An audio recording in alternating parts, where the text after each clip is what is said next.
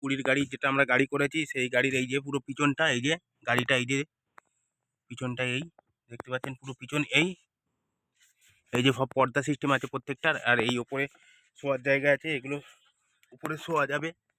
দেখতে পাচ্ছেন অনেক হিউজ পরিমাণ জায়গা, এই যে হিউজ পরিমাণ জায়গা প্রত্যেকটাই এই। আর প্রত্যেকটার পর্দা আছে, এখন পর্দাগুলো এ করা আছে, প্রত্যেকটা পর্দা আছে দেখতে পাচ্ছেন।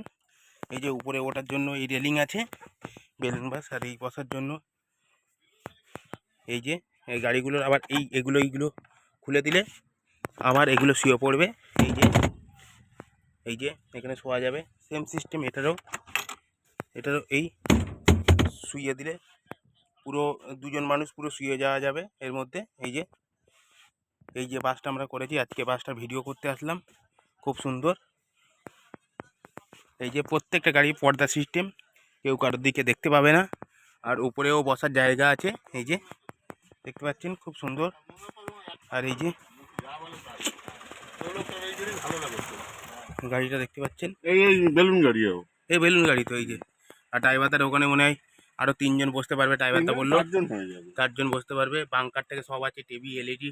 আমার ছেলে ধামনামি শুরু করেছে, আমি ড্রাইভারের কেবিনে বসবো এখন থেকে।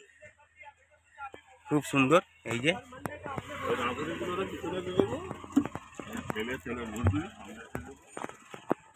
খুব সুন্দর এই যে বাসটা দেখাই যাচ্ছে, হয়তো দেখতে পাচ্ছেন খুব সুন্দর গাড়িটা। বেলুন গাড়ি নো জার্কিং।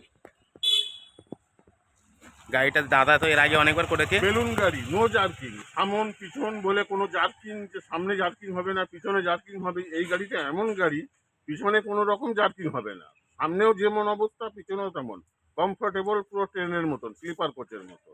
ট্রেন যেমন স্লিপার, এর স্লিপার একদম পিছনটাও স্মুথ, কোনো জার্কিং নেই।